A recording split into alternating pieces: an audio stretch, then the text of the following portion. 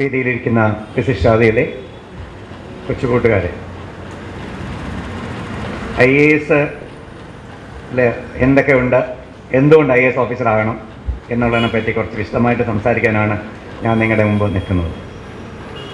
അത് പറയുന്നതിന് മുമ്പ് വ്യക്തിപരമായിട്ട് ഞാൻ എങ്ങനെ IAS ഓഫീസറാകാൻ ശ്രമിച്ചു, ആരെനിക്ക് പ്രചോദനം തന്നെന്നുള്ളത് നിങ്ങളോട് പറയാൻ ഞാൻ ആഗ്രഹിക്കുകയാണ്.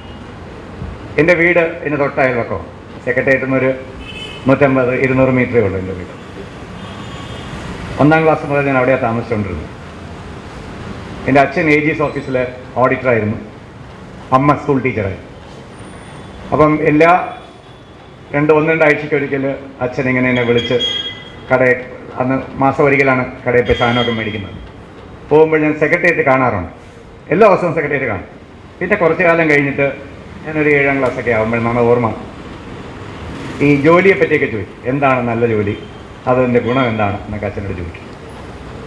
അപ്പം ഞാൻ ചോദിച്ചു, അച്ഛൻ്റെ ഓഫീസിൽ ഏറ്റവും വലിയ ഓഫീസർ ആരാണ്? അച്ഛൻ പറഞ്ഞു അക്കൗണ്ടൻറ്റ് ജനറൽ. അപ്പോൾ അച്ഛനോട് ഞാൻ പറഞ്ഞു, ഞാൻ നന്നായിട്ട് പഠിച്ചാൽ അക്കൗണ്ടൻറ്റ് ജനറൽ ആകാൻ പറ്റുമോ എന്ന് ചോദിച്ചു. അച്ഛൻ പറഞ്ഞു ആകാൻ പറ്റും, പക്ഷെ അതിനേക്കാളും വലിയൊരു ജോലിയുണ്ടെന്ന്. അപ്പോൾ ഞാൻ എന്താണെന്ന് ചോദിച്ചു. അവൻ പറഞ്ഞു ഇങ്ങനെ IAS ഓഫീസറാണ്. അപ്പോൾ അന്ന് ഈ കേരള ഗവൺമെൻറ്റിൻ്റെ ഫിനാൻസ് സെക്രട്ടറി അദ്ദേഹത്തിൻ്റെ കാർ നിർത്തിയിട്ട് ഇടയ്ക്കിടയ്ക്ക് ഈ സമയം തന്നെ നടന്ന് സാധനങ്ങളൊക്കെ മേടിക്കാനൊക്കെ പോകും. അപ്പോൾ അദ്ദേഹം ഫിനാൻസ് സെക്രട്ടറിയെ കാണിച്ചെന്ന് പറഞ്ഞ്, ഇത് ഫിനാൻസ് സെക്രട്ടറിയാണ്, ഫിനാൻസ് സെക്രട്ടറി ആകണമെങ്കിൽ എന്തൊക്കെയാണ് വേണ്ടത്, ഒരു 6ാം ക്ലാസ് 7ാം ക്ലാസ്സിലാണ്. അപ്പോൾ അതെൻ്റെ മനസ്സിൽ കിടന്നു. പക്ഷെ അമ്മയ്ക്ക് ഞാനൊരു ഡോക്ടറാവണമെന്നായിരുന്നു ആഗ്രഹം. പക്ഷേ എനിക്ക് സയൻസിൽ വലിയ വശമില്ലായിരുന്നു. ഞാൻ SSLCക്ക് കേരളത്തിൽ 2ാമത്തെ റാങ്ക് കിട്ടിയപ്പോഴും എനിക്ക് സയൻസിന് 74 മാർക്കാണ് 100-ൽ കിട്ടിയത്. എനിക്ക് ഏറ്റവും കുറവ് മാർക്ക് സയൻസിനായിരുന്നു. അത് വളരെ വിരോധാഭാസമായിട്ടില്ല. അപ്പോൾ എനിക്ക് സെക്കൻഡ് ഗ്രൂപ്പിൽ പോയാൽ കിട്ടുമോ എന്നുള്ളത് ധൈര്യമില്ലായിരുന്നു. എന്തായാലും സെക്കൻഡ് ഗ്രൂപ്പ് എടുത്തു. പിന്നെ അപ്പം അച്ഛൻ ആദ്യം ഈ പറഞ്ഞു തന്നത് മനസ്സിലുണ്ടായിരുന്നു. മെഡിസിൻ കിട്ടിയില്ല. കിട്ടാത്തപ്പോൾ അച്ഛൻ തീർത്ത് പറഞ്ഞു, ഇനി നീ സിവിൽ സർവീസിലേക്ക് പോകണം, അതുകൊണ്ട് ഇംഗ്ലീഷ് ലിറ്ററേച്ചർ BA എടുക്കുക, MA എടുക്കുക എന്നൊക്കെ പറഞ്ഞു പോയി. പക്ഷെ ഒരു വലിയൊരു അഡ്വൈസ് അന്ന് തന്നു. ആദ്യം ഈ സിവിൽ സർവീസ് എന്നൊരു ഗ്യാമ്പിളാണ്. എത്ര പഠിച്ചാൽ കിട്ടുന്നതാണ്, പക്ഷെ എന്നാലും 100% ഷുവറായിട്ടിരിക്കാൻ ഒക്കില്ല. അതുകൊണ്ട് ഒരു കരിയർ, നമ്മൾ ഏതെങ്കിലും ഒരു കരിയർ ഉറപ്പിച്ചിട്ട് അതിൻ്റെ മുകളിൽ വേണം സിവിൽ സർവീസിൽ പഠിക്കാൻ. അപ്പം അച്ഛൻ പറഞ്ഞു, നീ നന്നായിട്ട് BA MAയും പഠിക്കും, പഠിച്ചു കഴിഞ്ഞിട്ട് സിവിൽ സർവീസും പഠിക്കണമെന്ന് പറഞ്ഞു. അപ്പം ഞാനത് വളരെ സിൻസിയറായിട്ട് എടുത്തു. MA അതിന് മുമ്പ് ക്വസ്റ്റ്യൻ പേപ്പറൊക്കെ വാങ്ങിച്ചു, അനലൈസ് ചെയ്ത് അതൊക്കെ ഞാൻ അവസാനം പറയാം എങ്ങനെ ചെയ്യണമെന്ന്. MA കഴിഞ്ഞിട്ടാണ് സിവിൽ സർവീസിന് പഠിക്കാൻ പറ്റുന്നത്. അപ്പോൾ MA ഉറപ്പിച്ചിട്ട് എനിക്ക് ലെക്ചറാകാൻ ഭയങ്കര ആഗ്രഹമായിരുന്നു. കേരള യൂണിവേഴ്സിറ്റിയിൽ എവിടെയെങ്കിലും ഇംഗ്ലീഷ് ലെക്ചറാകുക. അപ്പോൾ MA നന്നായിട്ട് പഠിച്ച് ഉറപ്പിക്കണം. അന്ന് ഇനി MAക്ക് കേരള യൂണിവേഴ്സിറ്റിയിൽ 1ാമത്തെ റാങ്ക് കിട്ടുകയും ചെയ്തു. അത് കഴിഞ്ഞിട്ടാണ് സിവിൽ സർവീസ് പഠിച്ചത്. അപ്പോൾ ഒരു പാഠം എന്താ, നമ്മളൊരു കരിയർ നന്നായിട്ട് പഠിച്ച് ഉറപ്പിച്ചിട്ട് അതോടൊപ്പം, അത് കഴിഞ്ഞിട്ടല്ല, അതോടൊപ്പം സിവിൽ സർവീസിലേക്ക് പഠിക്കണം. പിന്നെ എന്നെ ഒരുപാട് ടീച്ചേഴ്സ് മോട്ടിവേറ്റ് ചെയ്തിട്ടുണ്ട്. അച്ഛനമ്മ മോട്ടിവേറ്റ് ചെയ്തിട്ടുണ്ട്, ടീച്ചേഴ്സ് ഒരുപാട് മോട്ടിവേറ്റ് ചെയ്തു. സ്കൂളിലും കോളേജിലുമൊക്കെ ഒരുപാട് ടീച്ചേഴ്സ് മോട്ടിവേറ്റ് ചെയ്യുന്നത് അത് ഭയങ്കര ഇമ്പോർട്ടൻ്റ് ആണ്. ഈ ഏത് സർവീസിലും ഇതിൻ്റെ പിന്നിലൊരു പാഠമുണ്ട്. ദാറ്റ് ഈസ് പേരൻസിൻ്റെ മോട്ടിവേഷൻ. എല്ലാ പേരൻസിനും ആ ലെവൽ ഓഫ് എഡ്യൂക്കേഷൻ ആയിരിക്കണമെന്നില്ല, പക്ഷെ പേരൻസിൻ്റെ അംബിഷൻ കാണും. അവർക്ക് മോട്ടിവേറ്റ് ചെയ്ത് ഇന്ന പരീക്ഷ എടുക്കണമെന്നൊക്കെ പറയാൻ പല പേരൻസിനും കഴിയില്ല. പക്ഷേ ആ പേരൻസിൻ്റെ മോനൊരു വലിയ ആളായിട്ട് വരണമെന്ന് ഉണ്ട്. ആ ഒരു മോട്ടിവേഷനാണ് ആദ്യത്തെ മോട്ടിവേഷൻ. ഞങ്ങളൊക്കെ പറഞ്ഞു തരുന്നത് പിന്നെയാണ്. Your parents want you to reach a particular status. അത് ഭയങ്കര മോട്ടിവേഷനാണ്. ഞങ്ങളുടെ വീട്ടിൽ തമിഴാണ് സംസാരിക്കുന്നത്. ഇപ്പോൾ കൊച്ചുനാളിൽ അച്ഛൻ പറഞ്ഞു തന്നത്, ഒരു കുട്ടിക്ക് കുടുംബത്തിനോട് എന്ത് ചെയ്യാൻ പറ്റും എന്ന് തിരുക്കുറളിൽ ഒരു വാക്ക് പറഞ്ഞ്, അത് തിരുക്കുറളിൽ പറഞ്ഞാൽ എനിക്ക് മനസ്സിലാവില്ല. തിരുക്കുറളിൽ പറഞ്ഞത്, ഒരു മോൻ അച്ഛന് ചെയ്യാവുന്നുള്ള ഏറ്റവും വലിയ, അച്ഛൻ മീൻസ് അച്ഛനമ്മ, അതിൽ തിരുക്കുറളിൽ അച്ഛൻ എന്നുള്ളതാണ്, തന്ത എന്നാണ് പറഞ്ഞിരിക്കുന്നത്. ഏറ്റവും ചെയ്ത് കുറേ കാലം കഴിഞ്ഞിട്ട് മോനെ കണ്ടിട്ട് നാട്ടുകാർ പറയണം, ഇങ്ങനെ ഒരു മോനെ വളർത്തണമെങ്കിൽ എത്ര വലിയ പേരൻസ് ആയിരുന്നു കാണും എന്ന് പറഞ്ഞിരിക്കും. അപ്പോൾ അവരുടെ അൾട്ടിമേറ്റ് റിവാർഡ് അതാണ്. അപ്പോൾ പേരൻസിന് റിവാർഡ് മേടിച്ചു കൊടുക്കുക എന്നുള്ളത് ഒരു മോട്ടിവേഷനാണ്, ഭയങ്കര പവർഫുൾ മോട്ടിവേഷൻ. സത്യം പറയുകയാണെങ്കിൽ ഞാൻ MA പഠിച്ചപ്പോൾ എനിക്ക് ലിറ്ററേച്ചറിൽ വലിയൊരു വൈദഗ്ധ്യം കിട്ടി. അപ്പോൾ എനിക്ക് സിവിൽ സർവീസിൽ പോകണ്ട, ഞാൻ ഇംഗ്ലീഷ് ലെക്ചറായിട്ട് ഇരിക്കാം. സുധയകുമാരി ടീച്ചർ, നീലാണ്, എനിക്ക് ഭയങ്കര ലെക്ചറേഴ്സൊക്കെ ഉണ്ടായിരുന്നു. ഇരിക്കാമെന്ന് ആഗ്രഹിച്ചപ്പോൾ എന്നെ IAS എഴുതാൻ ഉള്ള ഏക പ്രേരണ അച്ഛനമ്മമാരുടെ ഹോപ്പാണ്. അപ്പോൾ അതൊരു പ്രധാന കാര്യം. രണ്ടാമത്തെ കാര്യമാണ് ടീച്ചേഴ്സിൻ്റെ ബ്ലെസ്സിങ്. ടീച്ചേഴ്സുമായിട്ടുള്ള ഒരു ബന്ധം ഇന്നത് കുറഞ്ഞു വരികയാണ്. എൻ്റെ അമ്മ ആയിരുന്നുകൊണ്ടായിരിക്കാം നല്ലൊരു ബന്ധം എനിക്കുണ്ടായിരുന്നു. ഇപ്പോൾ ടീച്ചേഴ്സുമായിട്ടൊരു ബന്ധം, ടീച്ചേഴ്സിൻ്റെ ബ്ലെസ്സിങ്, അത് ഭയങ്കര ഇമ്പോർട്ടൻറ്റ്. എല്ലാ ടീച്ചേഴ്സും എനിക്ക് ബ്ലെസ്സിങ് തന്നു. എനിക്ക് ഒരു ടീച്ചറുമായിട്ട് പ്രശ്നം ഉണ്ടായിട്ടില്ല ഒരിക്കലും. 1ാം ക്ലാസ് മുതൽ MA വരെ. ഇന്ന് ടീച്ചേഴ്സുമായിട്ടുള്ള ബന്ധം അത്ര ഒരു സ്ട്രോങ് എമോഷണൽ ബോണ്ടുണ്ട്. അന്നൊരു ടീച്ചർ വന്നിട്ട് ഒരു കാര്യം ചെയ്യുമെന്ന് പറഞ്ഞാൽ ചെയ്തിരിക്കും. അപ്പോൾ അങ്ങനെ കാരണം ആ ടീച്ചറുടെ ഉദാഹരണം ഞാൻ പറഞ്ഞു, സിവിൽ സർവീസ് എഴുതണോ വേണ്ടയോ എന്ന് ഞാൻ ഇരിക്കുകയായിരുന്നു MA കഴിഞ്ഞ ഉടൻ. അപ്പോൾ ഞാൻ വീട്ടിൽ പറഞ്ഞു ഞാൻ സിവിൽ സർവീസ് ചെയ്യുന്നില്ല അമ്മ, ഞാൻ ലെക്ചറായിട്ട് പോകുന്നു. അപ്പോൾ വീട്ടിൽ ഇച്ചിരി അപ്സെറ്റായി. അപ്പോൾ അവർ പറഞ്ഞു നിൻ്റെ പ്രൊഫസറോട് ചോദിക്കാം, അദ്ദേഹം പറയുന്ന പോലെ ചെയ്യുമോ? ഞാൻ പറഞ്ഞു അദ്ദേഹം പറയുന്ന പോലെ ചെയ്യും. അന്ന് ഞങ്ങൾക്കൊരു വളരെ പ്രഗത്ഭനായൊരു പ്രൊഫസർ ഉണ്ടായിരുന്നു. അദ്ദേഹത്തിൻ്റെ പേര് പറഞ്ഞാൽ പലർക്കും അറിയത്തില്ല. പക്ഷേ നിങ്ങളിൽ ആരെങ്കിലും കുറച്ച് പേരെങ്കിലും ഇന്ദുചൂടൻ എന്ന് പറഞ്ഞിട്ട് കേരളത്തിലെ പക്ഷികൾ എന്നുള്ളതിനെ പറ്റി ഒരുപാട് ആർട്ടിക്കിളൊക്കെ എഴുതിയ ഒരു മഹത് വ്യക്തിയായിരുന്നു എൻ്റെ ഇംഗ്ലീഷ് പ്രൊഫസർ. അപ്പോൾ അദ്ദേഹം എൻ്റെ വീട്ടിനടുത്താണ് താമസിച്ചുകൊണ്ടിരുന്നത്. അദ്ദേഹം ഇങ്ങനെ ഒരു ദിവസം രാവിലെ പോയപ്പോൾ എൻ്റെ അമ്മ കണ്ടു. സാർ ഒന്നകത്ത് വരാമോ എന്ന് ചോദിച്ചു. സാറ് വന്നു. അപ്പോൾ ചോദിച്ചു ഇവനിങ്ങനെ ഡയലമയിലാണ്. അപ്പം സാറ് പറഞ്ഞു ഒരു ഡൗട്ടും വേണ്ട, IAS വരും. അപ്പോൾ അങ്ങനെ ഒരു ടീച്ചേഴ്സുമായിട്ടുള്ള ഒരു ബന്ധം. പിന്നെ വേറൊരു കാര്യം, എന്തുകൊണ്ട് IAS എഴുതുന്നു വെച്ചാൽ നിങ്ങളെല്ലാവരും മിഡിൽ ക്ലാസ്സിൽപ്പെട്ടവരായിരിക്കും. വളരെ റിച്ച് ആയിട്ടുള്ളവരുണ്ടെന്ന് എനിക്ക് തോന്നുന്നില്ല. നമ്മളെല്ലാവരും മിഡിൽ ക്ലാസ്സാണ്. ചിലപ്പം മിഡിൽ ക്ലാസ്സിലും ലോവറായിട്ട്. അത് ക്ലാസ്സിൽ ഹൃദയകുമാരി ടീച്ചർ എന്നെ പഠിപ്പിച്ച ഒരു ലൈൻ ഇപ്പോഴും ഞാൻ പല മീറ്റിങ്ങിലും പറയാറുണ്ട്. ഇവിടെ വെച്ചിട്ട് ടീച്ചറുടെ ഒരു ബുക്ക് റിലീസ് ചെയ്യുന്നത് ഞാൻ വന്നപ്പോഴും അത് ഓർത്തായിരുന്നു, എത്രമാത്രം ഒരു സ്റ്റുഡൻറ്റിനെ അത് ഇൻഫ്ലുവൻസ് ചെയ്തെന്നുള്ളത്. അതിൽ പറഞ്ഞിരിക്കുന്നത് മൈ ജെൻട്രി എന്ന് വെച്ചാൽ എന്താ? സ്ഥാനം, സൊസൈറ്റിയിലെ status. I fetched from Oxford. ഞാൻ ഓക്സ്ഫോർഡിൽ പോയി എടുത്തുകൊണ്ട് വന്നതാണ്. നോട്ട് ഫ്രം ദ ഹെറൽഡറി എന്ന് വെച്ചാൽ പ്രഭുക്കൾ. അന്ന് ഇംഗ്ലണ്ടിൽ 300-400 വർഷത്തിന് മുമ്പ് പ്രഭുക്കളുടെ കുടുംബത്തിലുള്ളവരാണ് വലിയ ആളുകളായിട്ട് പോകുന്നത്. ഇതങ്ങനെയല്ല. ഞാൻ ഓക്സ്ഫോർഡിൽ പോയി, ഓക്സ്ഫോർഡ് എന്ന് വെച്ചാൽ എന്താ? എൻ്റെ സ്ഥാനം കിട്ടുന്നത് കോളേജിൽ നിന്നാണ്, വിദ്യാഭ്യാസത്തിൽ നിന്നാണ്, മെറിറ്റിന് അംഗീകാരമുള്ളതാണ്. അല്ലാതെ എൻ്റെ കുടുംബത്തിൻ്റെ പാരമ്പര്യം അല്ലെങ്കിൽ എൻ്റെ ജന്മിത്വം അല്ലെങ്കിൽ അച്ഛനമ്മമാരുടെ പൈസ അതുകൊണ്ടല്ല. ഞാൻ എൻ്റെ സ്ഥാനം, എൻ്റെ സ്റ്റാറ്റസ് വാങ്ങിച്ചിരിക്കുന്നത് ഫ്രം എ യൂണിവേഴ്സിറ്റി.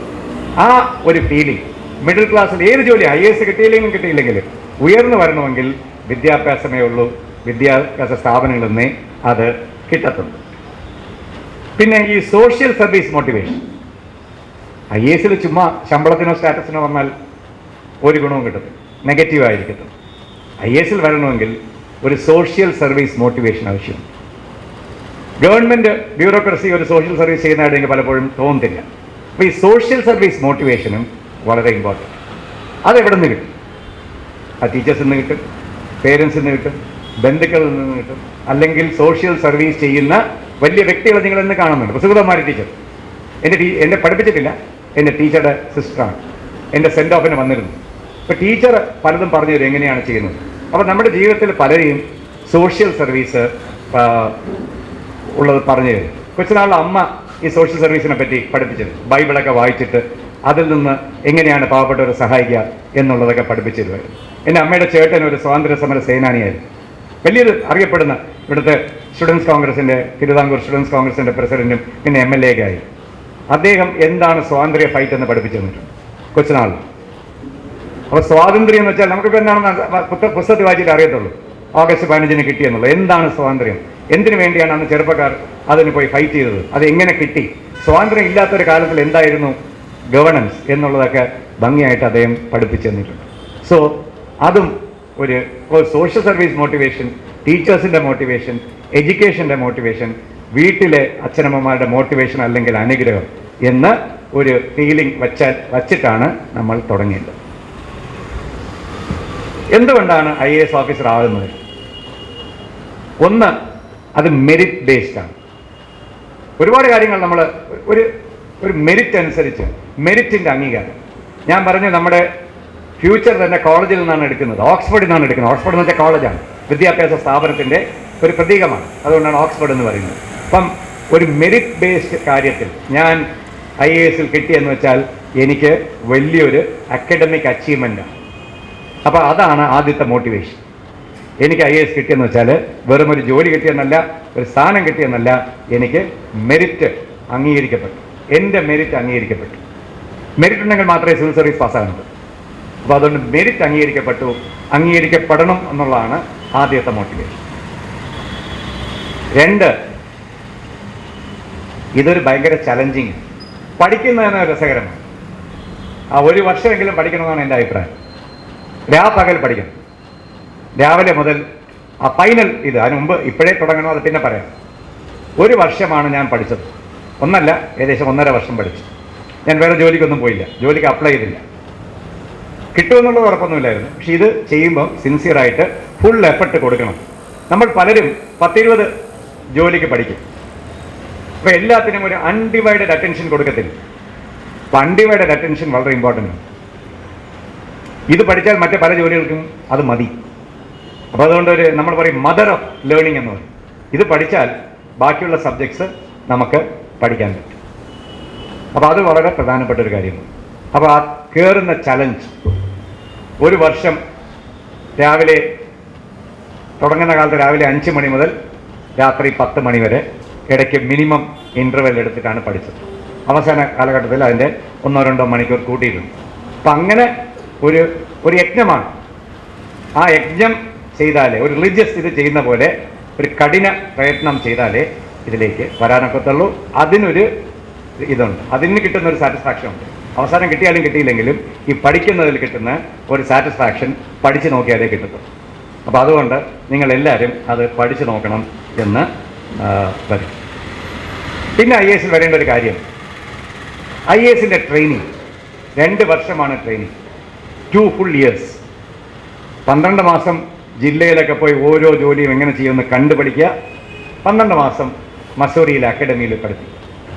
ഇന്ത്യയിൽ ധൈര്യമായിട്ട് എനിക്ക് പറയാം, ഒരു ലോകത്താണെന്ന് എനിക്കറിയില്ല, ബെസ്റ്റ് ട്രെയിനിങ് ആണ്.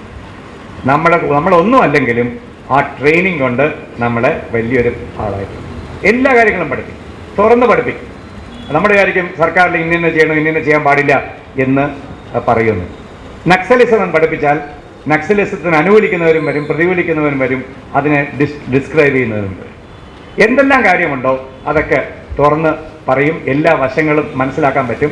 ആ ട്രെയിനിങ് തന്നെ ഒരു അനുഭവമാണ്. ഇപ്പോൾ സാധാരണ BA MA കഴിഞ്ഞ ഒരാൾ, സാധാരണ വിദ്യാർത്ഥി, കോളേജിലെ വിദ്യാർത്ഥിയായിട്ട് കഴിഞ്ഞത് നേരെ കയറുന്നത് ചിലപ്പോൾ ജോലിക്കായിരിക്കും. ഞാൻ ജോലിക്കൊന്നും പോയിട്ടില്ലായിരുന്നു. ആദ്യ ജോലിയായിരുന്നു സിവിൽ സർവീസ്. അപ്പോൾ അവിടെ പോകുമ്പോൾ എന്ത് ചെയ്യണമെന്നൊന്നും അറിഞ്ഞൂടാ. പക്ഷേ ഇവിടുത്തെ ട്രെയിനിങ് കൊണ്ട് നമ്മളൊരു വലിയൊരു ഇതായിരിക്കും. IASനും മറ്റുള്ള സർവീസിൻ്റെയും വ്യത്യാസം എന്ന് പറയുന്നത് ട്രെയിനിങ്ങാണ്.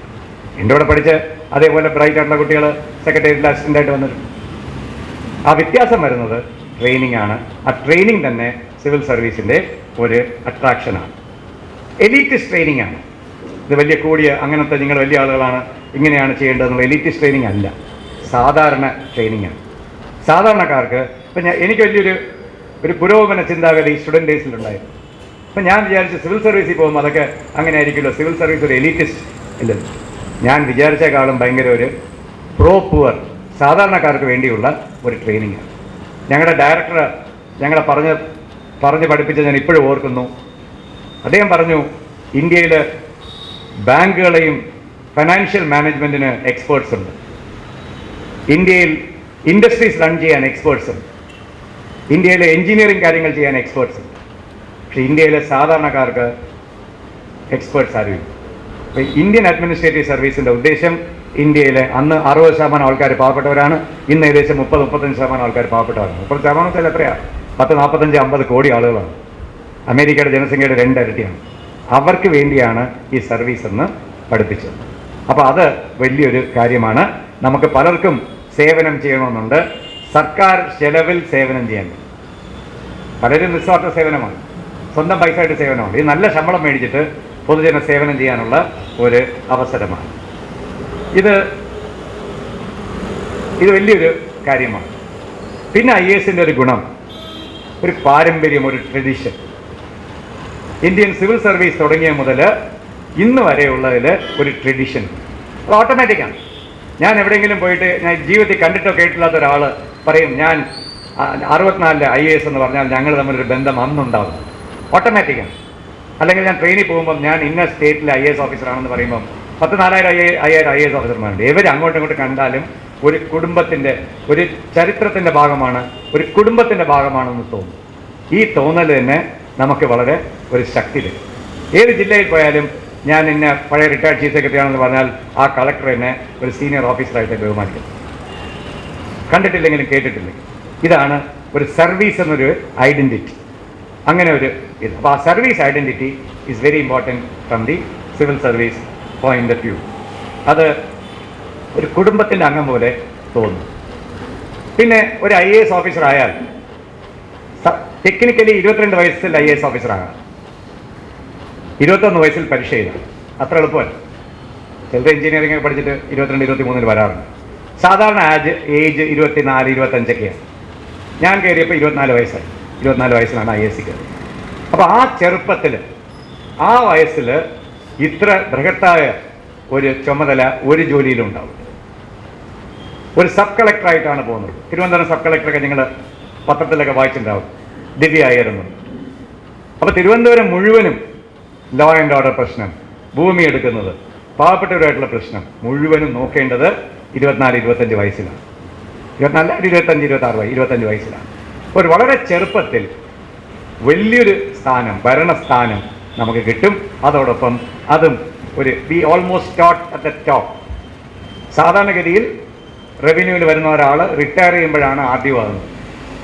ഇത് 24 വയസ്സിൽ തുടങ്ങുമ്പോൾ ഒരു RDO ആയിട്ട് തുടങ്ങും. സബ് കളക്ടർ എന്നാണ് പറയുന്നത്. പിന്നെ കളക്ടറാവും, ഡെപ്യൂട്ടി സെക്രട്ടറി, വകുപ്പ് തലവനാവും, എല്ലാമാണ്. അപ്പം അങ്ങനെ ഒരു ഉയർന്ന തലത്തിൽ തുടങ്ങാനുള്ള ഒരു ഭാഗ്യം IASലുണ്ട്. എന്നാൽ IASൽ ഏറ്റവും വലിയ ആകർഷിക്കുന്ന കാര്യം എന്താണ്? എല്ലാ ജോലിയും ഒരേ കാര്യമാണ്. നമ്മൾ 35 വർഷം 40 വർഷം ചെയ്യും. അത് ചെയ്യുന്നതിൽ തെറ്റൊന്നുമില്ല, ചെയ്യുന്നതിൽ നമുക്ക് സന്തോഷം കണ്ടെത്താം. പക്ഷെ IASന്റെ ഏറ്റവും വലിയ ഗുണം വെറൈറ്റി, ഡൈവേഴ്സിറ്റി. ഇത്ര വെറൈറ്റി ഉള്ള ജോബില്ല. ടൂറിസത്തിൻ്റെ ഡയറക്ടറായിരിക്കാം, ഇൻഡസ്ട്രീസിൻ്റെ ഡയറക്ടറായിരിക്കാം, ട്രൈബൽ ഡെവലപ്മെൻറ്റ് ഡയറക്ടറായിരിക്കാം, പ്ലാനിംഗ് സെക്രട്ടറി ആകാം, ഫിനാൻസ് സെക്രട്ടറി ആകാം, ബാങ്കിങ്ങിൻ്റെ സെക്രട്ടറി ആകാം, എന്തിൻ്റെയാണ്. ഇത് മാറിക്കൊണ്ടേയിരിക്കും. ഒരു ജനറൽ സർവീസാണ്. ഇത്ര വെറൈറ്റി വേറെ ഒരു സ്ഥലത്തും ലോകത്തില്ല. ഞാൻ എൻ്റെ കൂടെയുള്ള US-ലും UK-ലും ഓസ്ട്രേലിയയിലും അതുപോലെ ബംഗ്ലാദേശ്, പാകിസ്ഥാനിലുള്ള സിവിൽ സർവൻസായിട്ട് ഇൻട്രാക്ട് ചെയ്തിട്ട് ഈ വെറൈറ്റി വേറെ ഒരു സ്ഥലത്തും. ഈ വെറൈറ്റി തന്നെ ഇതിൻ്റെ ഏറ്റവും വലിയ അട്രാക്ഷൻ. അപ്പോൾ നമ്മുടെ കഴിവ്, നമ്മുടെ മൈൻഡ്, അതിൽ പല ഭാഗങ്ങളെയും ഇത് ചലഞ്ച് ചെയ്തെടുക്കും. അപ്പോൾ അത് വലിയൊരു കാര്യമാണ്. ചെയ്യുന്ന ജോലി എന്ത് ജോലിയായിരുന്നാൽ നമ്മുടെ ആയിരിക്കും ഒഫീഷ്യൽ ലാംഗ്വേജ് എന്നുള്ളത് എന്ത് വലിയ കാര്യമാണെന്ന്. ഒഫീഷ്യൽ ലാംഗ്വേജിൻ്റെ സെക്രട്ടറി എന്ന് പറഞ്ഞാൽ എന്ത് സ്ഥാനം? അദ്ദേഹം മലയാളം ലിറ്ററേച്ചറിലെ എക്സ്പേർട്ടാണ്. ഒഫീഷ്യൽ ലാംഗ്വേജ് കൊണ്ട് എന്തെല്ലാം ചെയ്യാൻ പറ്റുമെന്നുള്ളത് നമുക്ക് ഒരു ദിവസം പറഞ്ഞ് വിവരിക്കാനും. മലയാള ഭാഷ, ഏത് ഭാഷയും, തമിഴ്നാട്ടിൽ തമിഴ്, നോർത്ത് ഇന്ത്യയിൽ ഹിന്ദി, ഇത് എഴുതുന്ന രീതി കൊണ്ട് ആളുകൾക്ക് സിമ്പിളായിട്ടുള്ള കാര്യങ്ങൾ മനസ്സിലാക്കിപ്പിച്ച് കൊടുത്താൽ തന്നെ അതൊരു ജന്മശാബല്യം. അപ്പോൾ അതുകൊണ്ട് ഈ ചലഞ്ച്, ഓരോ ജോലിയിലും ചലഞ്ച്. ഒരു ട്രൈബൽ ഡയറക്ടറായിട്ട് പോയാൽ ഇന്ന് ആദിവാസികൾ അനുഭവിക്കുന്ന കഷ്ടവും ദുഃഖവും നിങ്ങളാരും കണ്ടിട്ടില്ല, ഞാൻ കണ്ടിട്ടുണ്ട്. നമുക്ക് നാണക്കേടുണ്ടാക്കുന്നതാണ്. കേരളത്തിൽ ഇങ്ങനെ ആളുകൾ ജീവിക്കാൻ നമ്മളുടെ മനസാക്ഷി അനുവദിക്കുന്നുണ്ടല്ലോ. ഇത്ര ചൂഷണം ചെയ്യപ്പെട്ടവർ, ഇത്ര കഷ്ടം അനുഭവിക്കുന്നവർ, പട്ടിണി കിടക്കുന്നവർ, നിരന്തരമായിട്ട് ഒരു പ്രതീക്ഷയില്ലാത്ത ഒരു ഗ്രൂപ്പ്, അതിൻ്റെ ഡയറക്ടറായിട്ട് പോയാൽ എന്തെല്ലാം ചെയ്യാൻ പറ്റും ആലോചിച്ചു. എന്തിൻ്റെയും ഫിഷറീസ് ഡയറക്ടർ, ഏത് ജോലി പോയാൽ നമുക്ക് വളരെ ചലഞ്ചിങ് ആയിരിക്കും. ഞാൻ നേരത്തെ പറഞ്ഞ പോലെ സർവീസ് ടു ഹ്യൂമാനിറ്റി, കണ്ണീരൊപ്പാൻ, സാധാരണക്കാരുടെ കണ്ണീരൊപ്പാൻ ഇത് ഡയറക്റ്റായിട്ടും ഇൻഡയറക്റ്റായിട്ടും ചെയ്യാൻ പറ്റും. പലരും വിചാരിക്കും വലിയ കംപ്ലീറ്റ് ഒരു ദിവസം കൊണ്ട് സിസ്റ്റത്തിനെ മാറ്റാൻ പറ്റുമെന്ന്. മാറ്റാൻ പറ്റില്ല. പക്ഷേ കൊച്ചു സേവനം ആയിരക്കണക്കിന് ആളുകൾക്ക് ചെയ്തു കൊടുക്കാം. ഞാൻ ചീഫ് സെക്രട്ടറി ആയിരിക്കുമ്പോൾ എന്നെ ആളുകൾ കാണാൻ പറ്റും. പലരും 8-10 പേര് വന്ന് ഞങ്ങൾക്ക് ജോലി കിട്ടിയില്ല, ഞങ്ങൾ PSC ലിസ്റ്റിലുണ്ട്, ലിസ്റ്റ് തീരാൻ പോകുന്നു, വേക്കൻസി റിപ്പോർട്ട് ചെയ്യുന്നില്ല എന്ന് പറയുന്നു. ആ ഒരു ജോലിയുടെ വക്കിൽ നിൽക്കുന്ന കുട്ടിക്ക് ഇനി 2 മാസത്തിനകം എൻ്റെ പേര് പോയില്ലെങ്കിൽ എനിക്ക് ഒരിക്കലും ജോലി കിട്ടില്ല എന്ന് തോന്നുന്ന ആ ഫീലിംഗ് മനസ്സിലായി ഞാൻ പ്രതികരിച്ച് ജോലി എവിടെയെങ്കിലും 2 ജോലി ഉണ്ടോ എന്ന് ചീഫ് സെക്രട്ടറി വിളിച്ച് ചോദിച്ചാൽ കണ്ടുപിടിക്കാൻ പറ്റും. അങ്ങനെ കണ്ടുപിടിച്ച് കൊടുത്താൽ അവർക്ക് ജോലി കിട്ടും. ചിലർ തിരിച്ചെൻ്റെ അടുത്ത് വന്ന് പറഞ്ഞിട്ടുണ്ട്, സാർ ഇടപെട്ടു, ഞങ്ങൾക്ക് ജോലി കിട്ടും. അതാണ് സർവീസിലെ ഏറ്റവും വലിയ സാറ്റിസ്ഫാക്ഷൻ. വേർഡ്സ്വർത്ത് ഒരു പോയത്തിൽ പറഞ്ഞിട്ടുണ്ട്, ഞാൻ ഇംഗ്ലീഷ് ലിറ്ററേച്ചർ പഠിച്ച വ്യക്തിയാണ്, little nameless unremembered acts of kindness and love. വലിയൊരു മനുഷ്യൻ ആകുന്നത് വലിയ മഹത്തായ കാര്യം ചെയ്തിട്ടല്ല, കൊച്ച് ലിറ്റിൽ. നെയിംലെസ് എന്ന് വെച്ചാൽ എന്തെന്ന് പോലും പറയാൻ കഴിയില്ല. ഒരു പെറ്റീഷൻ വരുന്നത് നോക്കുന്ന വലിയ കാര്യമാണോ? അൺറിമെമ്പേർഡ്, നമ്മൾ ഓർക്കില്ല. ഞാൻ എന്തൊക്കെ ജീവിതത്തിൽ ചെയ്യുന്നുണ്ട് എനിക്ക് ഓർമ്മയില്ല, പക്ഷേ ആളുകൾ സഹായിക്കാൻ ശ്രമിച്ചിട്ടുണ്ട്. ആ ആളുകളുടെ മനസ്സ് ആലോചിച്ചു, ഓഫ് അൺറിമെമ്പേർഡ് ആക്ട്സ് ഓഫ് കൈൻഡ്നെസ്, ഒരു ദയ. അയാളെ നമ്മൾ ജീവിതത്തിൽ തിരിച്ച് കാണുമല്ലോ. ചിലപ്പോൾ കാര്യവും നടക്കത്തില്ല, പക്ഷെ വരുന്ന മനുഷ്യൻ്റെ ആ പ്രശ്നം നമ്മളൊന്ന് കേൾക്കുന്നു. അപ്പം അങ്ങനെ ഏറ്റവും കൂടുതൽ ഇന്ന് ലോകത്തും ധൈര്യമായിട്ട് പറയാം, ഇങ്ങനെ സർവീസ് ടു ഹ്യൂമാനിറ്റിയുടെ ഒരു സ്കോപ്പ് ഉള്ളത് ഇവിടെയാണ്.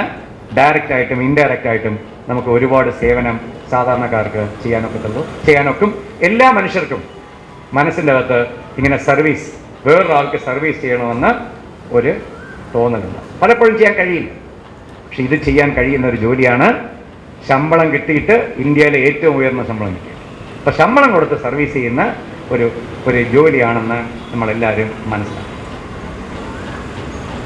നമുക്ക് ജീവിതത്തിൽ എല്ലാവർക്കും എന്തെങ്കിലും കൊച്ചു കാര്യങ്ങൾ ചെയ്യണമെന്ന് ഞാൻ പറഞ്ഞു, പക്ഷെ സ്ഥായിയായിട്ട് എന്തെങ്കിലും നിലനിൽക്കുന്ന എന്തെങ്കിലും ചെയ്യണമെന്ന് ആഗ്രഹം എല്ലാവർക്കും കാണും. അതിനും ഒരുപാട് പൊട്ടൻഷ്യലുണ്ട്. എല്ലാവർക്കും ആകണമെന്നില്ല. ഒരു 150 സിവിൽ സർവീസ് ഉണ്ടെങ്കിൽ 5 പേരെ ചെയ്ത് കാണത്തുള്ളൂ. ഒരു സ്ഥായിയായിട്ട് ഒരു contribution to society or the state. ഇപ്പോൾ ഉദാഹരണത്തിന് കൊച്ചി എയർപോർട്ട്, അത് ആരാണ് രൂപകൽപ്പന ചെയ്തത്? ആരാണ് അതിനെ ചെയ്യിപ്പിച്ചത്? ഒരു IAS ഓഫീസർ, DJ കുര്യൻ എന്നൊരു IAS ഓഫീസർ. പുള്ളി കളക്ടറായിരുന്നപ്പം ഇങ്ങനെ ആരോ പറഞ്ഞിങ്ങനെ ചെയ്യാം, അവിടെ പോയി ചെയ്ത് അത് പണിത് വലിയൊരു, ഇന്ന് ലോകത്ത് തന്നെ ഒരു മാതൃകയാണ്.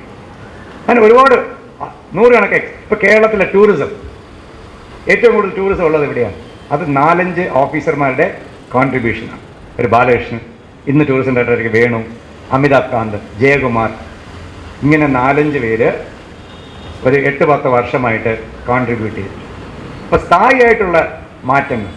കുടുംബശ്രീ, ഇന്ന് കുടുംബശ്രീ കൊണ്ടാണ് ലക്ഷക്കണക്കിന് പാവപ്പെട്ടവർക്ക് ഒരു ആശ്രയം കുടുംബശ്രീയാണ്. ഈ കുടുംബശ്രീക്ക് ഏറ്റവും കൂടുതൽ കോൺട്രിബ്യൂട്ട് ചെയ്ത് ഒരു TK ജോസ് എന്നൊരു IAS ഓഫീസറും ഒരു ശാരദ മുരളീധരൻ എന്നുള്ള IAS ഓഫീസർ. 10 വർഷം കൊണ്ടാണ് അവർ കുടുംബശ്രീ ഒരു ആശയത്തിൽ നിന്ന് യാഥാർത്ഥ്യമായിട്ട് മാറ്റിയെടുത്തത്. അപ്പോൾ അവരുടെ സാറ്റിസ്ഫാക്ഷൻ ആലോചിച്ചു. 40 ലക്ഷം സ്ത്രീകൾ ഇന്ന് കുടുംബശ്രീയിൽ. അവർക്കാർക്കും അറിയത്തില്ല ജോസ് ആരാണ്, ചിലർക്ക് അറിയാൻ സാധ്യതയില്ല, പക്ഷെ ജോസിനറിയാം ഇത് ചെയ്തു. അത് പത്രത്തിൽ പേര് വരുന്നതല്ല, നമ്മുടെ സംതൃപ്തി. ലാസ്റ്റിംഗ് ആയിട്ട് സമൂഹത്തിന് നിലനിൽക്കുന്ന എന്തെങ്കിലും കോൺട്രിബ്യൂഷൻ ചെയ്യാൻ ഏറ്റവും പൊട്ടൻഷ്യലുള്ള ഒരു ജോലി IAS ആണ്. Life long learning. ഞാൻ ചീഫ് സെക്രട്ടറി ആയി ഇന്നും പഠിച്ചുകൊണ്ടിരിക്കുന്നു, വിട്ടിട്ട്. നമ്മുടെ ജോലി നന്നായിട്ട് ചെയ്യണമെങ്കിൽ പഠിച്ചേ പറ്റത്തുള്ളൂ. പുതിയ ആശയങ്ങൾ. ഇപ്പം ഞാനൊരു 5 വർഷം മുമ്പ് ക്ലൈമറ്റ് ചേഞ്ച് എന്താണെന്ന് എനിക്ക് അറിഞ്ഞൂടായിരുന്നു. പക്ഷെ ക്ലൈമറ്റ് ചേഞ്ച് എല്ലാവരും പഠിക്കേണ്ട അത്യാവശ്യം. ക്ലൈമറ്റ് ചേഞ്ച് വന്നാൽ നമ്മളാരും ജീവിച്ചിട്ടുണ്ടാവില്ല. ഇന്നത്തെ നമ്മൾ 1 ഡിഗ്രി കൂടിയെന്ന് എല്ലാവരും പത്രത്തിൽ വായിക്കുന്നു. നമുക്ക് ഏപ്രിലിൽ, ഞാൻ കൊച്ചുനാളിലൊന്നും, ഞാൻ എൻ്റെ വീട്ടിൽ ആദ്യത്തെ ഫാൻ മേടിക്കുന്നത് എനിക്ക് 17 വയസ്സായപ്പോൾ. ഇന്ന് വീടുകളൊന്നധികം ഫാൻ കാണുമല്ലോ. ഞാൻ ആദ്യം രാത്രി ബെഡ്റൂമിൽ ഫാൻ ഇട്ടത് 24 വയസ്സാകുമ്പോൾ. അപ്പോൾ എനിക്ക് തോന്നിയിട്ടേ ഇല്ല. ഇന്ന് ആളുകൾ പറഞ്ഞ് AC ഇല്ലാതെ ജീവിക്കാൻ ഒക്കില്ല എന്ന് സാധാരണക്കാരും കൂടി നടക്കുകയാണ്. അതേ ഇതാണ് 1 ഡിഗ്രി കൂടിയപ്പോൾ. അപ്പോൾ അതുകൊണ്ട് ഈ മാറ്റം നമുക്ക് വരാൻ പറ്റും. ഞാൻ പറഞ്ഞത് നമുക്ക് ലൈഫ് ലോങ് ലേണിംഗ്. ഇപ്പോൾ ഞാൻ ക്ലൈമറ്റ് ചേഞ്ച് പറഞ്ഞത് ഒന്ന് ഡീവിയേറ്റ് ചെയ്തു. ലൈഫ് ലോങ്, ഞാൻ ക്ലൈമറ്റ് ചേഞ്ചിനെ പറ്റി കഴിഞ്ഞ 2-3 വർഷമായിട്ട് പഠിച്ചു. അത് ഭരണത്തിൽ എങ്ങനെ സ്വാധീനിക്കും, എങ്ങനെ പോളിസിയിൽ അതിനെ അഡ്രസ്സ് ചെയ്യാൻ പറ്റും, എന്ത് ചെയ്യണം. അതാണ് ഈ ഹരിത കേരള മിഷൻ എന്നൊക്കെ ഇന്ന് പത്രങ്ങളിൽ നിങ്ങൾ വായിക്കുന്നത്. അപ്പോൾ നമുക്ക് ഈ ലൈഫ് ലോങ് ലേണിംഗ് ആണ്. അത് വളരെ സുഖകരമായ കാര്യമാണ്, നിരന്തരമായിട്ട് പഠിക്കുന്നത്. അല്ലെങ്കിൽ മുരടിച്ചു പോകും. 24 വയസ്സിൽ പഠിത്തമൊക്കെ നിർത്തിയിട്ട് പിന്നെ പത്രം വായിക്കുന്നത് മാത്രമേ ഉള്ളൂ. ഇപ്പോൾ പത്രം ആളുകൾ വായിക്കാറുണ്ട്. അപ്പോൾ അതും ഇതിൻ്റെ ഒരു നേട്ടമാണ്. IAS എന്ന് പറയുന്നത് ജനറലിസ്റ്റ് സിവിൽ സർവീസാണ്. ഏത് ജോലിയും ചെയ്യണമെന്ന് പറയാറുണ്ട്, പക്ഷെ സ്പെഷ്യലൈസ് ചെയ്യാൻ ഒരു സ്കോപ്പ് ഉണ്ട്. സ്പെഷ്യലൈസേഷൻ അങ്ങേ അറ്റം. ഞാൻ പഞ്ചായത്ത് രാജിൽ സ്പെഷ്യലൈസ് ചെയ്യും, ദാരിദ്ര്യ നിർമ്മാർജ്ജനത്തിൽ സ്പെഷ്യലൈസ് ചെയ്യും, അപ്പോൾ എനിക്ക് ഇന്ന് ഇന്ത്യയിൽ ആരെക്കാളും പഞ്ചായത്ത് രാജിനെ പറ്റി അറിയാം. അപ്പോൾ നമുക്ക് അതിൻ്റെ ഒരു സാറ്റിസ്ഫാക്ഷൻ സ്പെഷ്യലൈസ് ചെയ്യും. ചിലർ ടൂറിസത്തിൽ സ്പെഷ്യലൈസ് ചെയ്യും, ചിലർ ഫൈനാൻസിൽ. ഇവിടെ ഡോക്ടർ KM എബ്രഹാം എന്ന ഒരു വ്യക്തിയുണ്ട്, ഫൈനാൻസ് സെക്രട്ടറിയാണ്. അദ്ദേഹം ഇന്ത്യയിൽ തന്നെ ഇത്ര ഫൈനാൻസ് അറിയുന്ന ആളില്ല. കാരണം അത് കംപ്ലീറ്റ് ആയിട്ട് ഇരുന്ന് പഠിക്കും, ജോലി ചെയ്യും, അനുഭവവും പാഠവും കൂടി ഒന്നിച്ച് കിട്ടുന്ന ഏക ജോലി. തിയറിയും പ്രാക്ടീസും മെർജ് ചെയ്യാൻ കഴിയുന്ന ഒരു ജോലിയാണ് അഡ്മിനിസ്ട്രേറ്റീവ് സർവീസ്. പിന്നെ കരിയർ തന്നെത്താനെ പോയിക്കൊണ്ടിരിക്കും. ഞങ്ങളിൽ എല്ലാവരും 2,25,000 രൂപ ശമ്പളത്തിൽ എൻഡ് ചെയ്യും. ചുരുങ്ങിയത് 2 ലക്ഷം രൂപ ശമ്പളം എല്ലാവർക്കും കിട്ടും, എല്ലാവർക്കും. അപ്പോൾ അതുകൊണ്ട് പേടിക്കേണ്ടതില്ല, ഈ പ്രൊമോഷൻ കിട്ടുമോ, മാറിപ്പോകുമോ. കള്ളമൊന്നും ചെയ്യാതെ കേസിലൊന്നും പെടാതിരുന്നാൽ എല്ലാവർക്കും ഏറ്റവും ചീഫ് സെക്രട്ടറി ആകാനൊക്കെ, ചീഫ് സെക്രട്ടറി ഒരാൾക്ക് ആകാനൊക്കത്തുള്ളൂ. ആ ഗ്രേഡിൽ 8 പേരുണ്ട്. ആ ഗ്രേഡില്ലെങ്കിൽ തൊട്ട് താഴെ ഗ്രേഡിൽ 10-15 പേരുണ്ട്. അപ്പം ഒരു പരീക്ഷ എഴുതിയാൽ ഓട്ടോമാറ്റിക്കായിട്ട് കരിയർ പ്രോഗ്രഷൻ എന്ന് പറയും, you can reach the very top. Chief secretary ആകുന്ന ഒരാൾക്ക് പറ്റും. അത് ചിലപ്പോൾ 1 വർഷത്തിലൊരിക്കൽ 2 വർഷത്തിലേക്ക് ഒരാളാവും. അതും ഒരു വലിയൊരു ഇതിലെ ഒരു കാര്യമാണ്. പിന്നെ ഒരു കാര്യം, ജോബ് സെക്യൂരിറ്റി. അത് തെറ്റായിട്ടുള്ള കാര്യമാണെന്ന് ഞാൻ പറയും. ഒരിക്കൽ സർവീസിൽ കയറിയാൽ ഒരു പേടിക്കേണ്ട കാര്യമില്ല. അബ്സല്യൂട്ട്ലി സെക്യൂർ ആണ്. ഭരണഘടനയിൽ പ്രൊട്ടക്ഷൻ ഉണ്ട് സിവിൽ സർവീസ്. പിരിച്ചുവിടാനൊക്കെ പിരിച്ചുവിടണമെങ്കിൽ മതിയായ കാരണങ്ങളുണ്ട്. അപ്പോൾ അതുകൊണ്ട് ജോബ് സെക്യൂരിറ്റിയും വളരെ കൂടുതലാണ്. ഞാൻ ഇതുവരെ പറയാത്തൊരു കാര്യമുണ്ട്, ശമ്പളം, പേർക്സ്. അത് പ്രൈവറ്റിന് അത്ര വരില്ല, പക്ഷെ എന്നാലും ഇത്രയും സ്ഥാനം, ഇത്രയും ഡൈവേഴ്സിറ്റി, ഇന്ന കാര്യങ്ങൾ ചെയ്യുമ്പോൾ അത് വളരെ കൂടുതലാണ്. ഒരു 50,000 രൂപയിൽ കൂടുതൽ ഒരു ചെറുപ്പക്കാർ 24 വയസ്സിന് കിട്ടും. കാറ് കിട്ടും, വീട് കിട്ടും, ഒരു പിയോണും CA ഒക്കെ കിട്ടും.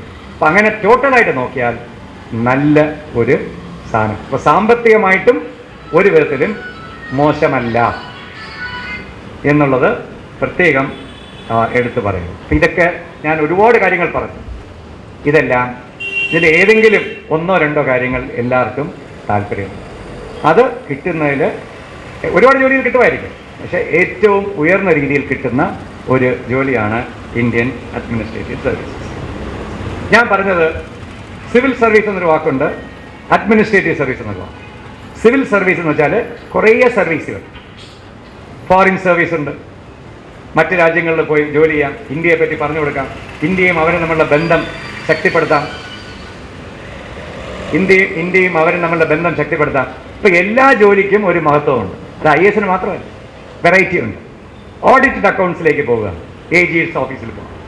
അപ്പോൾ ഓഡിറ്റഡ് അക്കൗണ്ട്സിൽ ഇന്ത്യയിലുള്ള സാധാരണ ഇന്ത്യയുടെ പൗരന്മാർ കൊടുക്കുന്ന പൈസയാണല്ലോ ഗവൺമെൻറ് ചിലവാക്കുന്നത്. ആ പൈസ ശരിക്ക് ചിലവാക്കുന്നുണ്ടോ എന്ന് പരിശോധിക്കാനും തിരുത്താനുമുള്ള അധികാരം അവിടെ ഉണ്ട്. ഇൻകം ടാക്സിലേക്ക് പോകുന്നു, കസ്റ്റംസിലേക്ക് പോകുന്നു. ഇന്ത്യയുടെ വരുമാനം കൂട്ടി ആ വരുമാനം വെച്ചിട്ടാണ് സാധാരണക്കാരനെ സഹായിക്കുക. ഇപ്പോൾ എല്ലാ സിവിൽ സർവീസിലും ബാക്കിയുള്ള കാര്യങ്ങളെല്ലാം ഉണ്ട്. വെറൈറ്റി ഇത്ര ഉണ്ടാവില്ല, എന്നിരുന്നാലും സർവീസ് ചെയ്യാൻ ഡയറക്റ്റായിട്ടോ ഇൻഡയറക്റ്റ് ആയിട്ടുള്ള സർവീസ് ചെയ്യാനുള്ള അവസരം ഉണ്ട്. അതുകൊണ്ട് IAS തന്നെ കിട്ടണമെന്നില്ല, ഏത് സർവീസ്, പോസ്റ്റൽ സർവീസ്. അതായിരിക്കും പോസ്റ്റൽ സർവീസിൽ എന്താ വലിയ കാര്യം. ഇന്ത്യയിൽ 1,50,000-ൽ പരം പോസ്റ്റ് ഓഫീസുണ്ട്.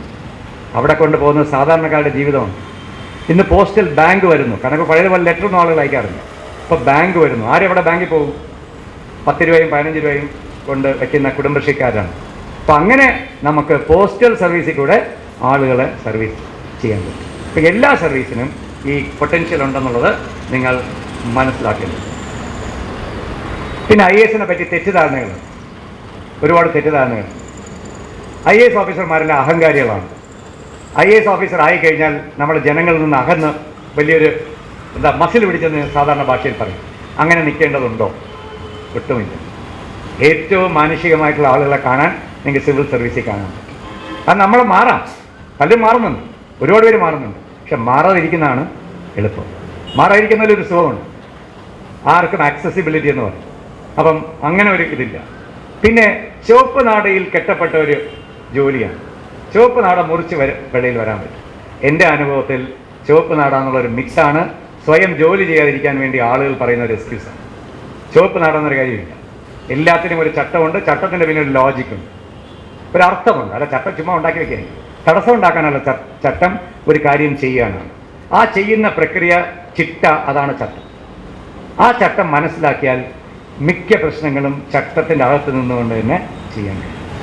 എന്തിനായി ചട്ടം? ചട്ടമില്ലെങ്കിൽ കയ്യൊക്കുള്ളവന് എല്ലാം കിട്ടും. കയ്യൊക്കുള്ളവന് കിട്ടാനും അർഹതയുള്ളവർക്ക് കൊടുക്കാനും വേണ്ടി, കിട്ടാതിരിക്കാനും അർഹതയുള്ളവർക്ക് കൊടുക്കുന്നതിനാണ് ഈ ചട്ടം വെച്ചിരിക്കുന്നത്. അപ്പം നമ്മൾ വിചാരിക്കുന്ന പോലെ ചുവപ്പ് നാട പത്രങ്ങളൊക്കെ വായിക്കും, എല്ലാവരും പറയും, ഓ എന്താ അവിടെ ചുവപ്പ് നാടയിലൊക്കെ ഒന്നുമില്ല. ഒരു പ്രശ്നം ഒരുമാതിരിപ്പെട്ട മിക്ക കാര്യങ്ങളും പരിഹരിച്ചു കൊടുക്കാൻ കഴിയും. അതും 100% ശരിയാണ്.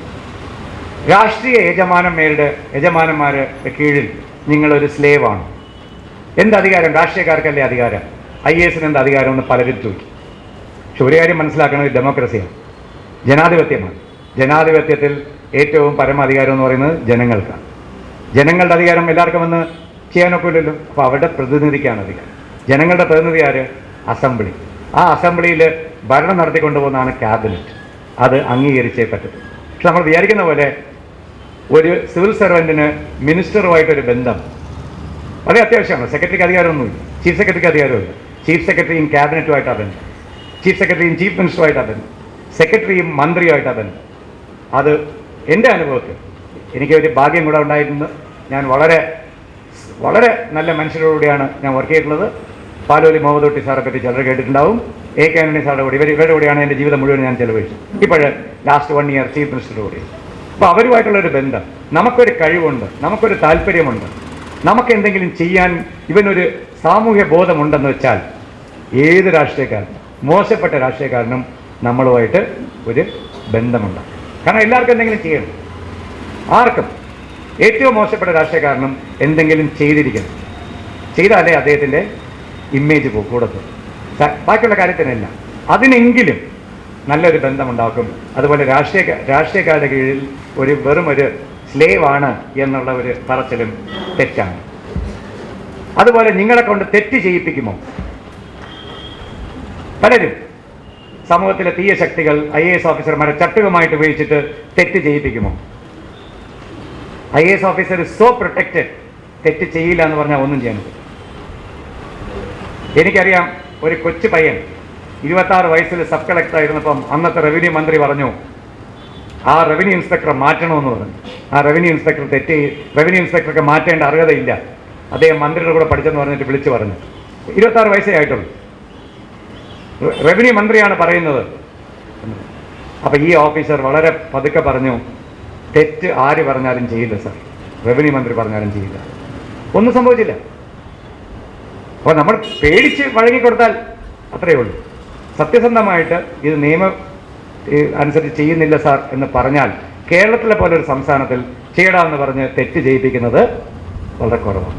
പിന്നെ ചിലർ തെറ്റ് ചെയ്യാൻ തയ്യാറായിട്ട് പോയി കഴിഞ്ഞാൽ അവരെ ചട്ടുകമായിട്ട് ഉപയോഗിക്കും.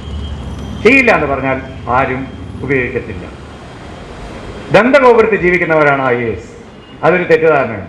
ഞാൻ ഈ TV ചാനലിലൊക്കെ ഞങ്ങളെ പറ്റിയൊക്കെ ചർച്ച ചെയ്യുമ്പം ഞങ്ങൾക്കൊന്നും യാതൊരു വിവരവും ഇല്ല, അവർ സംസാരിക്കുന്നവർക്കാണ് വലിയ വിവരം എന്നൊക്കെ തോന്നിക്കും. ശരിക്കും യാഥാർത്ഥ്യം നഗ്നമായിട്ട് മനസ്സിലാക്കാൻ കഴിവുള്ളതാണ് സിവിൽ സർവീസ്. എല്ലാ കൈൻഡും എല്ലാവരെയും കാണുന്നു, എല്ലാവരുമായിട്ട് ഇടപഴകുന്നു, സത്യം എന്താണെന്ന് മനസ്സിലാക്കുവാൻ കഴിയും. ദന്തഗോപുരത്തിലല്ല. ഞാൻ വളരെ സന്തോഷത്തോടെ ഓർക്കുന്നു, എൻ്റെ സെൻഡ് ഓഫിന് മുഖ്യമന്ത്രി പറഞ്ഞു, സിവിൽ സർവൻസിൽ പലരും ദന്തഗോപുരത്തിൽ ഇരിക്കുന്നു എന്നൊരു ധാരണയുണ്ട്. ഇവർ ദന്തഗോപുരത്തിൽ ഇരുന്നവരല്ല. സാധാരണക്കാരുടെ പ്രശ്നം ഒരു പൊതുപ്രവർത്തകൻ ചെയ്യുന്നതിനേക്കാളും കൂടുതലായിട്ട് ചെയ്തിട്ടുണ്ട് എന്ന് അദ്ദേഹം എടുത്തു പറഞ്ഞു.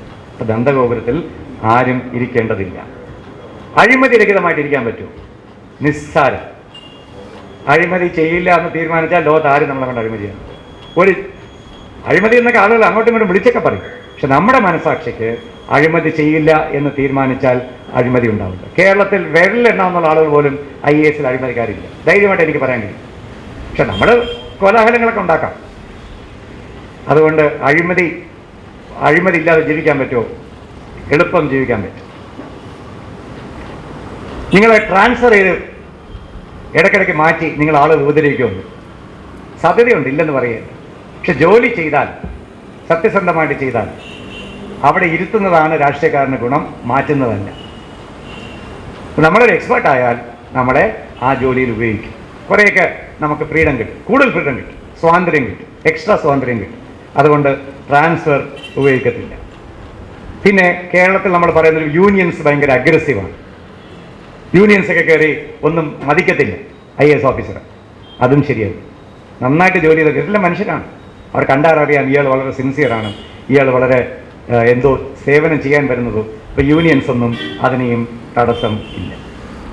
പിന്നെ ചിലരെങ്കിലും പറയാറുണ്ട്, നിങ്ങൾ ഇത്ര വർഷം ചെയ്ത പ്രൈവറ്റ് സെക്ടറിൽ, എൻ്റെ സ്ഥാനത്തൊരു പ്രൈവറ്റ് സെക്ടർ ആണെങ്കിൽ നിങ്ങൾ പത്രത്തിലൊക്കെ ഇപ്പം വായിച്ചിട്ടുണ്ട് 10 കോടി രൂപയൊക്കെ കിട്ടും, അല്ലെങ്കിൽ 15 കോടി രൂപ ഒരു വർഷം കിട്ടും.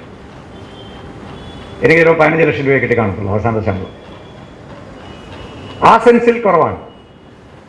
പക്ഷെ ഇത്ര സാറ്റിസ്ഫാക്ഷൻ ഒരു ജോലിക്ക്, സാറ്റിസ്ഫാക്ഷൻ നിങ്ങൾ വിലയിട്ടാൽ highest paid job Indian administrative service.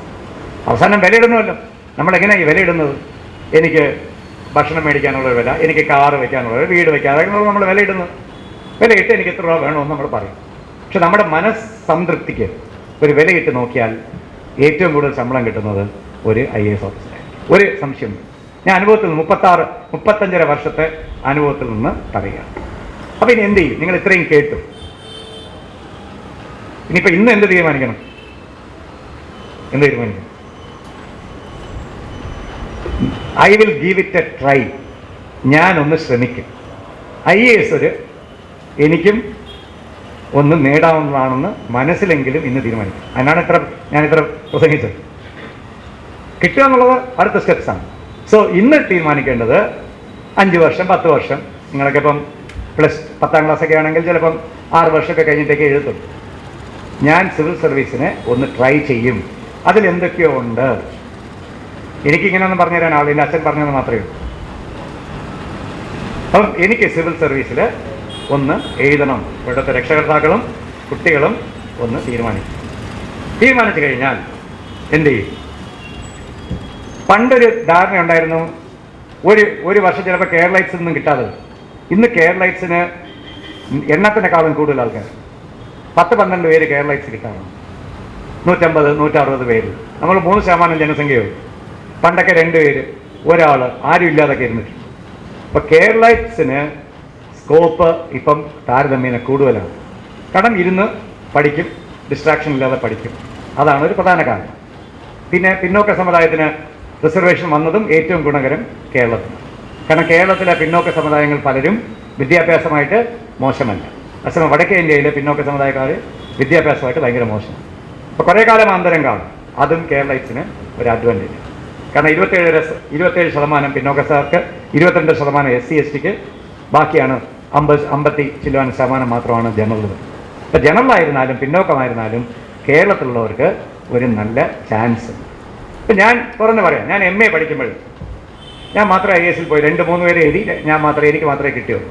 പക്ഷേ നന്നായിട്ട് പഠിച്ച് എഴുതിയാൽ എൻ്റെ MAക്ക് പഠിച്ച 25 പേരിൽ 7 പേർക്ക് IAS കിട്ടുമായിരുന്നാണ് എൻ്റെ ഒരു കണക്ക്. എൻ്റെ കൂടെ ഉള്ളവരുടെ ബുദ്ധിയും അവരുടെയൊക്കെ വെച്ച് നോക്കുമ്പം 7 പേർക്ക് കിട്ടുമായിരുന്നു എന്ന് എനിക്ക് പലപ്പോഴും തോന്നുന്നു. അപ്പോൾ അതിന് നമുക്ക് എല്ലാവർക്കും ഒന്ന് ശ്രമിച്ചാൽ കിട്ടാനുള്ള. ഇപ്പം ഈ തീരുമാനം കഴിഞ്ഞിട്ടുണ്ട്. ഇപ്പം പോയി IAS ക്വസ്റ്റ്യനൊക്കെ എടുത്ത് പഠിക്കണം. ഇപ്പം ചെയ്യേണ്ടത് എന്താ? ബ്രിക്ക് ബൈ ബ്രിക്ക്, ഓരോ കല്ല് വെച്ചിട്ട് നമ്മുടെ അസ്ഥിവാരങ്ങൾ അത് ഇന്ന് തുടങ്ങും. വാനം പന്തുന്ന പണിയും അസ്ഥിവാരത്തിൻ്റെ പണിയും ഇന്ന് തുടങ്ങും. അതെങ്ങനെ തുടങ്ങും? IASനെ പറ്റി ഒന്ന് പറഞ്ഞോടാ. എങ്ങനെ തുടങ്ങും?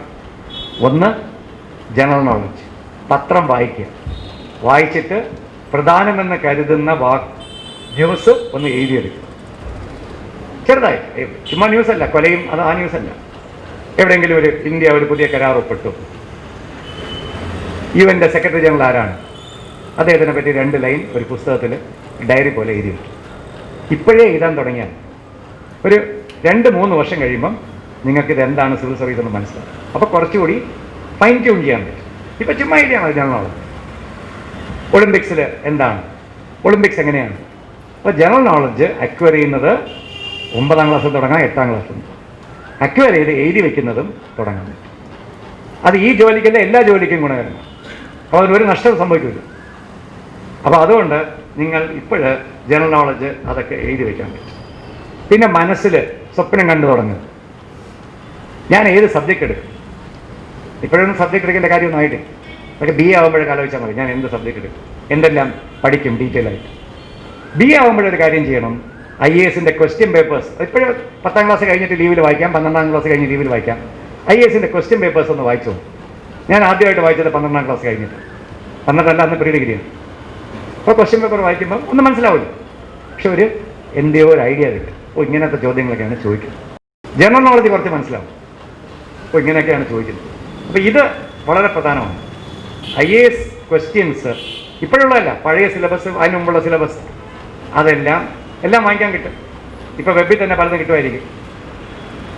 അത് നമ്മൾ അനലൈസ് ചെയ്യും. BA ഒക്കെ കഴിയുകയാണെങ്കിൽ എഴുതണം. എഴുതിയിട്ട് എന്ത് ടൈപ്പ് ഓഫ് ക്വസ്റ്റ്യൻ ആണ് ചോദിക്കുന്നത് എന്ന് ഒരു ഐഡിയ നമുക്ക് കിട്ടും. അത് കുറച്ചുകൂടെ കഴിഞ്ഞിട്ടുള്ള ഇതാണ്. പക്ഷെ ഞാൻ നേരത്തെ പറഞ്ഞ എന്താ, നമ്മുടെ മുഖ്യ ഇത് ഞാൻ സിവിൽ സർവീസ് എഴുതും, പക്ഷേ എനിക്കൊരു ജോലിയും ഞാൻ ഉറപ്പാക്കും. സിവിൽ സർവീസ് മാത്രമെന്ന് നമ്മൾ വെറുതെ ചെയ്യാൻ പാടില്ല. പിന്നെ സിവിൽ സർവീസിന് ഒരു ഷോർട്ട് കട്ട് ഇല്ല, ധൈര്യമായിട്ട് എനിക്ക് പറയാം. എൻ്റെ കൂടെ പഠിച്ചൊരു പയ്യൻ, അദ്ദേഹം ഇന്നൊരു വലിയൊരു മാനേജറാണ്. അദ്ദേഹം സിവിൽ സർവീസ് സിൻസിയറായിട്ട് പഠിച്ചു. ഹിസ്റ്ററി, അദ്ദേഹം MSc കെമിസ്ട്രി ആയിരുന്നു. അദ്ദേഹം ഹിസ്റ്ററി എടുത്തു. എൻ്റെ ഒരു വർഷം മുമ്പ് എഴുതി. ഹിസ്റ്ററി എടുത്തപ്പം നല്ല പഠിക്കുന്ന ആളാണ്, ഫസ്റ്റ് ക്ലാസ് ഒരു പാസ്സായ ആളാണ്. പിന്നെ ഒരു പഠനത്തിനുള്ള ഒരു ആഗ്രഹമുള്ള ഒരു വ്യക്തിയാണ്. ഹിസ്റ്ററിക്ക് 300 മാർക്കിൽ എത്ര മാർക്ക് കിട്ടിയെന്ന് ആർക്കെങ്കിലും പറയാമോ? 30 മാർക്ക്. ഞെട്ടിപ്പോയി ഞാൻ ഹിസ്റ്ററി എടുത്തു. അപ്പോൾ എൻ്റെ സാറ് പറഞ്ഞു, IASൽ വേണ്ടത് ഒറിജിനൽ റീഡിംഗ് ആണ്, അല്ലാതെ ഗൈഡ് പുസ്തകമോ സാറ് പറയുന്ന നോട്ട് എഴുതുന്നതല്ല. എന്തിനാ ഒറിജിനൽ റീഡിംഗ് വേണ്ടത്? സിവിൽ സർവൻ്റ് ഒരു കാര്യം മനസ്സിലാക്കി സ്വന്തമായിട്ട് ഒരു നിഗമനത്തിലേക്ക് എത്താൻ കഴിയുന്ന വ്യക്തിയായിരിക്കണം. ആരെങ്കിലും പറഞ്ഞ് അതുപോലെ എഴുതുക. ഇപ്പോൾ ഹിസ്റ്ററി ബുക്കാണെങ്കിൽ ഒരു ഹിസ്റ്ററി സബ്ജക്റ്റ് എടുത്ത് ഇൻഡസ് വാലി സിവിലൈസേഷൻ ആണെങ്കിൽ 5-6 പുസ്തകം കാണും. ആ 5-6 പുസ്തകം വായിച്ചിരിക്കണം, വായിച്ച് ഗ്രഹിച്ചിരിക്കണം. ഗ്രഹിച്ച് ഇൻഡസ് വാലിയെ പറ്റി ഒരു അഭിപ്രായം പറയണം. അയാൾ ഇങ്ങനെ പറഞ്ഞു, ഈ ഗൈഡ് ഇങ്ങനെ പറഞ്ഞു എന്നല്ല. അതാണ് IASൻ്റെ പ്രിപ്പറേഷൻ. അതിപ്പോഴേ മനസ്സിലാക്കി വയ്ക്കുക. As much original reading as possible. അത് വളരെ ഇമ്പോർട്ടൻറ്റ്. അല്ലാതെ ഷോർട്ട് കട്ടിങ്. കോച്ചിങ് ക്ലാസ്സസിന് നിങ്ങളെ സഹായിക്കാം, പക്ഷെ കോച്ചിങ് ക്ലാസ് കൊണ്ട് IAS ആർക്കും കിട്ടിയ ചരിത്രമില്ല. തന്നെത്താനുള്ള അധ്വാനം with little help from good coaching class. അത് വളരെ പ്രധാനപ്പെട്ട ഒരു കാര്യമാണ്. ഷോർട്ട് കട്ട് എന്നൊരു കാര്യമില്ല. ഒറിജിനൽ റീഡിങ്, വളരെ ഡീപ്പ് റീഡിങ് വേണം. അതിൻ്റെ ഒരു ഇതിലേക്ക് നമ്മൾ വരത്തണം.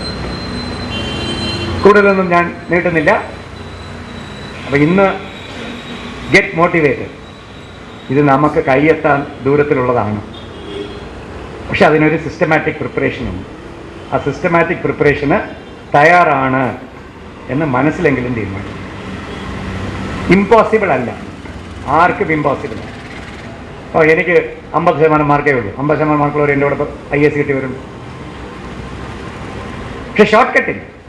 ഇമ്പോസിബിൾ അല്ല, പക്ഷേ ഷോർട്ട് കട്ടില്ല. നമ്മൾ പടിപ്പടിയായിട്ട് ആദ്യം തീരുമാനിക്കും, പിന്നെ ജനറൽ നോളജ് വായിക്കും, പിന്നെ ഒരു സബ്ജക്റ്റിൽ ഇൻട്രസ്റ്റ് എടുക്കും, സബ്ജക്റ്റിൽ വൈദഗ്ധ്യം പോകും. അങ്ങനെ ഒരു 4-5 വർഷം കൊണ്ട് നമ്മളിതിൽ ഒരു ഡെപ്തിലേക്ക് പഠിക്കുമെന്ന് തീരുമാനിക്കുക. ഒബാമ ഒരു കാര്യം പറഞ്ഞു, നിങ്ങൾ വായിച്ചിട്ടുണ്ടോ? ഒബാമ പ്രസിഡന്റ് ആവുമ്പോൾ എന്ത് പറഞ്ഞു? ആർക്കെങ്കിലും പറയാമോ? യെസ് വി ക്യാൻ അല്ലേ? അവസാനം എന്ത് പറഞ്ഞു? പോകുമ്പോൾ യെസ് വി ഡിഡ്. അപ്പോൾ ഇന്ന് നിങ്ങൾ പറയണം യെസ് വി ക്യാൻ. നിങ്ങൾക്ക് കിട്ടുമ്പോഴൊക്കെ എനിക്കൊക്കെ നല്ല വയസ്സായി കാണും. ചിലപ്പോൾ എന്നെ കണ്ടാൽ നിങ്ങൾ ഓർക്കൊന്നും അറിയത്തില്ല.